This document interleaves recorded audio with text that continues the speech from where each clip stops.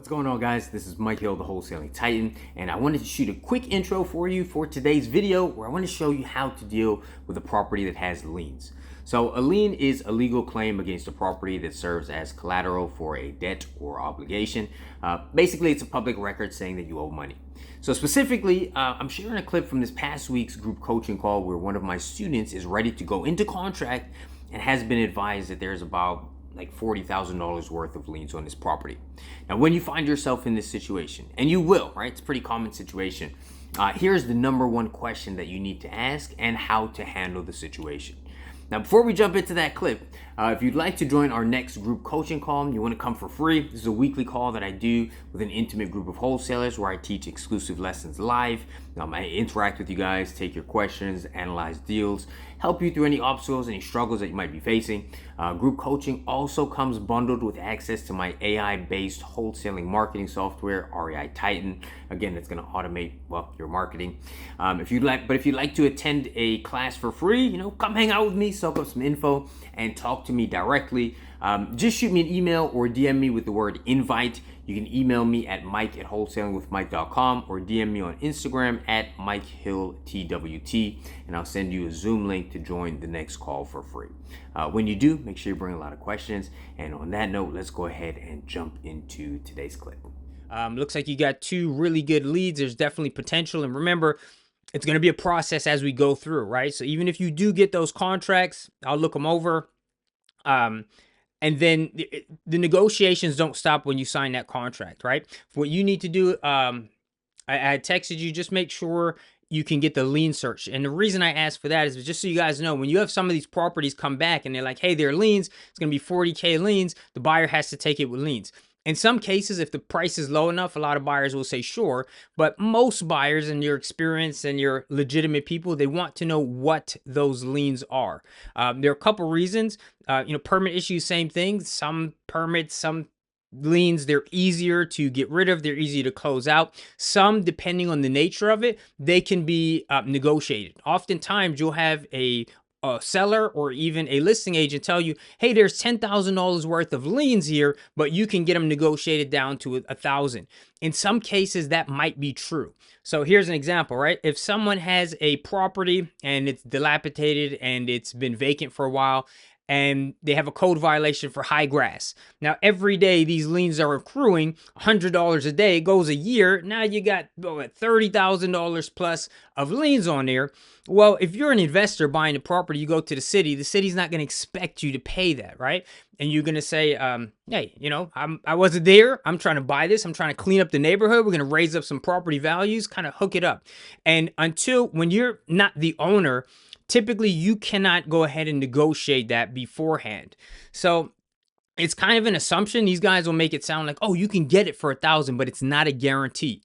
But you can use that to your benefit because you can say to them, well, to the seller, that's not a guarantee. So I'm taking on risk. So even though it's a 30K lien, I need my asking price that I'm going to pay you to reflect a $20,000 reduction in case I get stuck with it, knowing full well in the back of your mind, you can get it down to $1,000. But some types of liens, especially if it's a safety issue, some kind of safety ordinance or something, a city is not going to be quite as forgiving. There are other different types, you got utilities and things like that. So you really need to know what these are, and then that'll help you through your negotiation process. Also, your buyer is going to need to know what those are because they need to know how they deal with it, and they can estimate probably what type of price reduction they're going to get, but it's not like on a level playing field where you're like, oh, I can close this out at 10% of the asking. It doesn't work like that. So just like everything we do, there's always a way to get through these. Obstacles pop up on every single deal, but the more informed you are, some of that you can kind of advise the buyer, and then some of it is going to be a little bit of risk. But you can use that as the middleman to your advantage. But at the end of the day, it's really all about having the intel, right? And even if you are not the decision maker there, you need to be able to pass that information off to your buyer. So for example, students have given me deals where it's tenant-occupied. Now, vacant homes do sell better and easier, but they'll say, well, can we sell it with a tenant? I say, well, go get the information. I can't give you the answer. Find out, how long have they been there? They paying on time? Are they on a lease? If they're on a lease, when does the lease expire? If they're month to month, how long have they been month to month? What are they paying? Do they want to stay? Not a guarantee, but do they want to stay? Are they okay vacating the property in 30 days? Could we do cash for keys? All of these different options. And so even though I don't have the answer for you, I need that information. You just ask the seller or ask the agent. And once they give you that information, then you go to the buyer and say, hey, this is the situation. Now you tell me what you want to do. And as the person in the middle, you're in charge of the negotiation. You're still in control. And you can use all of those things, even a lot of these obstacles. This is where a lot of amateur wholesalers, their deal falls apart because they don't know how to deal with these things. So you can use it to your benefit and kind of play both sides. And ultimately, in some cases, you can even increase your profit margin because that's what we get paid to do. We get paid to solve problems. Okay.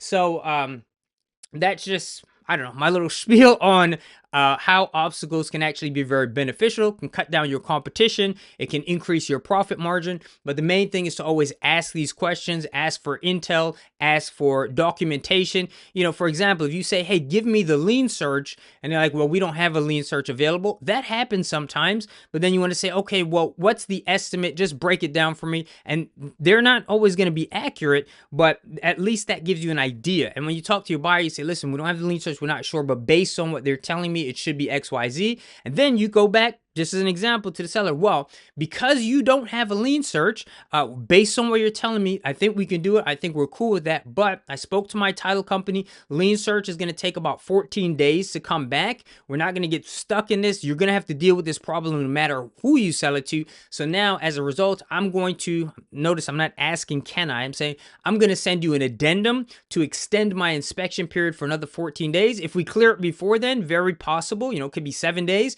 That would be great. But I need to do this to ensure, right, that we know what's actually going on. Everything here is verified since you don't have the lien search. And so even though that started off as kind of a negative, a sticking point, obstacle, now it's like, oh, I got a 14-day extension. And while you are waiting for that paperwork to come through, you know what you do in that 14 days? You advertise it and show it to more buyers. You get people interested. You get eyes on the property. Now you have people at least interested, on the hook. And what does that mean? That creates competition. Once you have competition created, now you can start up these little bidding wars and you could potentially get even more for the property, right? So these are ways that you can use some of these obstacles to your advantage. Okay, so just some examples off the top of my head, but that stuff's very, very common. Don't let it deter you from pushing forward. We always want to just push to the next step, and then deal with problems as they arise. And that's what I'm here for, to help you guys do that, because I have a lot of experience in that department.